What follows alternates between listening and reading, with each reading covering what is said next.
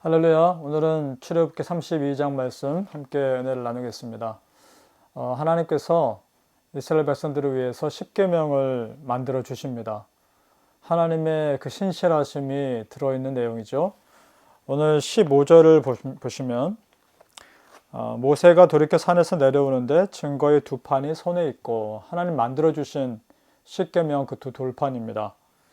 그 판에 양면, 이편, 저편에 글자가 있다라고 되어 있습니다. 그러니까 십계명은 우리가 알고 있는 간단한 말씀이지만, 10개의 말씀이지만 그 외에 덧붙여서 하나님께서 빼곡하게 앞뒤로 기록을 하신 겁니다. 그리고 그 판은 하나님 만드신 것이요, 글자는 하나님이 쓰셔서 판에 새기신 것이라. 자, 여러분, 하나님께서 직접 판을 만드셨고, 그리고 그 판에 직접 쓰신 겁니다. 그러니까 하나님께서는 이스라엘 백성들이 또 영적으로 또 실제적인 삶에서 어떻게 하면 하나님 보시기에 잘 살 수 있을까 고민하면서 만드셨겠죠. 그런데 40일 동안 모세가 산에 있는 동안에 이스라엘 백성들은 하나님의 의도와는 전혀 다른 삶을 살고 있었습니다. 1절 말씀에 사실은 선포되어 있죠. 나와 있죠. 우상을 만드는데요, 그들이 이렇게 생각하면서 우상을 만듭니다. 우리를 인도할 신을 우리를 위하여 만들라. 자, 여러분, 그 초점이 어디에 맞춰져 있나요? 하나님을 경배하기 위한 것, 자기들이 말하는 신이라고 하는 하나님, 그 금송아지를 만드는 의도가 진정으로 신을 경배하는 그런 마음이 아니라 자기들을 위한, 자기들이 잘 살고 자기들이 일을 잘 풀기 위한 거기에만 초점이 맞추어져 있는 것입니다. 그러니까 하나님께는 전혀 관심이 없고 나에게 초점이 맞춰져 있는 것이죠. 여기서 우리가 오해하지 말아야 할 것은요, 여러분, 믿는 자들이 잘 살고 잘 되는 것은 중요합니다. 그런데 거기에만 초점이 맞추어져 있는 것은 아니라는 것이죠. 우리가 왜 잘 살아야 하고, 왜 풍요로워야 하며, 왜 여유 있어야 되는지에 대해서 좀 더 생각해 보아야 하는 것이죠. 모든 것은 하나님의 영광을 드러내기 위한 그 정도까지 가야 한다는 것입니다. 오늘 두 모습이 대조되지 않습니까? 하나님은 이스라엘 백성들을 위해서 십계명을 준비하셨는데, 이스라엘 백성들은 자신을 위해서 금송아지 우상을 만듭니다. 두 가지 모습이 너무나 대조됩니다. 마치 이것은 에덴 동산에서의 실패가 반복되는 것 같습니다. 하나님이 얼마나 좋은 에덴 동산을 허락하셨습니까? 그것이 부족해서 아담과 하와는 그 작은 선악과 그것을 탐냅니다. 하나님과 약속을 어긴 것이죠. 자, 이스라엘 백성들 하나님 주신 축복이 얼마나 큽니까? 물론 광야에서의 삶이 쉽지는 않았겠지만 애굽에서 노예에서 자유인으로 바꾸신 거 아닙니까? 그것만 해도 굉장히 큰 축복인데, 그것이 부족해서 저 욕심을 채우기 위해 우상을 만듭니다. 인간 안에 있는 그 욕심이라는 것이 계속해서 반복적으로 일어나고 있는 것이고, 사단은 그 인간의 약점을 너무나 잘 알고 있는 것이고 똑같은 방법으로 공격하고 있는 것이죠. 에덴 동산의 실패가 지금 되풀이되고 있습니다.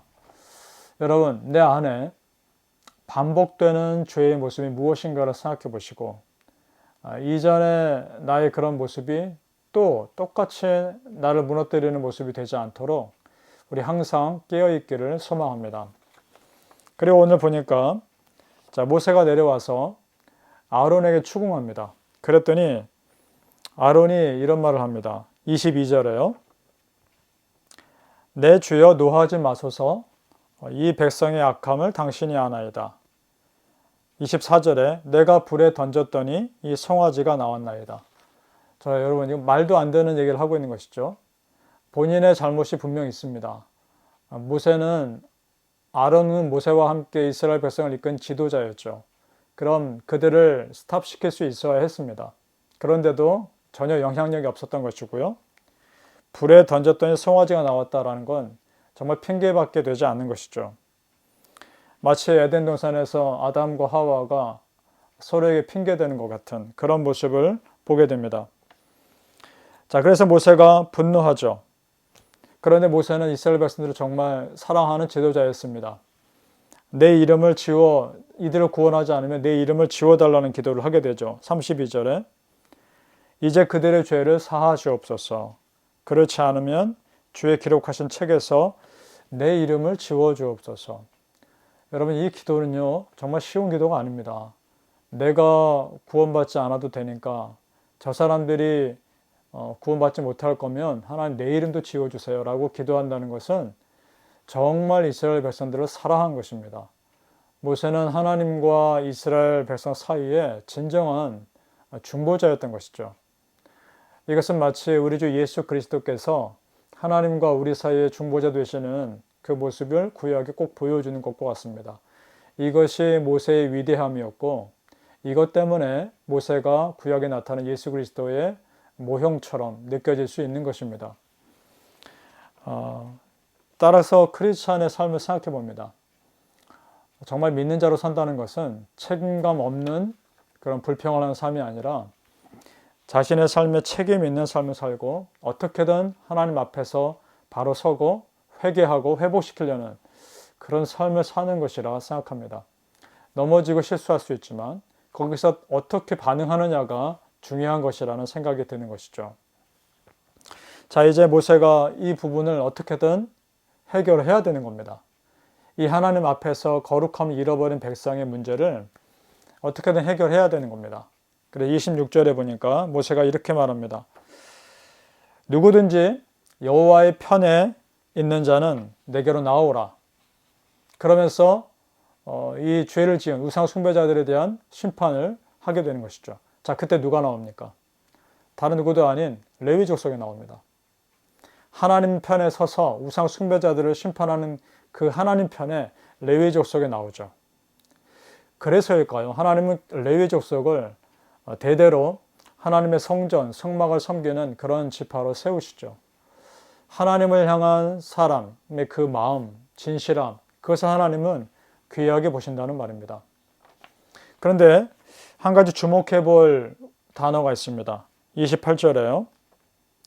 레위 자손이 모세의 말대로 행하며, 그러니까 우상 숭배자들을 심판한 거죠. 죽인 것인데 이날에 백성 중에 3,000명가량이 죽인 바 되더라. 이렇게 되어 있습니다.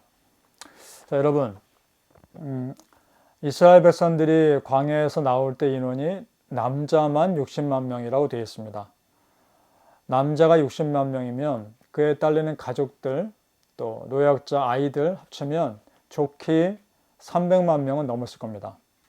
자, 그러면 300만 명이라고 가정했을 때 오늘 우상 숭배로 죽은 사람은 3,000명입니다. 그러면 약 0.1%가 되는 겁니다. 그러면 그때 우상 숭배로 금송아지를 만드는 그렇게 섬겼던 0.1%의 사람들 때문에 나머지 99.9%의 백성들이 하나님의 버림을 받을 뻔한 겁니다. 그러니까 믿음 없는 소수가 대다수를 그릇된 길로 인도하고 있었던 겁니다. 여러분, 이것은 우리에게 주는 도전도 굉장히 큽니다. 내 안에 0.1%의 분노, 0.1%의 불평, 0.1%의 감사하지 못함, 그것이 내 삶을 전혀 하나님 기뻐하시지 않는 길로 인도하실 수가 있다는 겁니다. 포도원을 허무는 작은 여우를 삼가라 라는 말씀이 있습니다. 내 안에 작은 빈틈을 우리를 무너뜨리려는 마귀에게 주지 말아야 할 것입니다. 오늘도 내 마음을 다스리고 내 생각을 다스리고 정말 내가 하나님 편에 서 있는가, 0.1%의 작은 틈이 나를 무너뜨릴 수 있다는 걸 아시고 그 빈틈을 주지 않고자, 그리고 언제나 하나님 편에 서고자 결단하시는 그런 믿음의 백성들 되시기를 예수님 이름으로 축복합니다.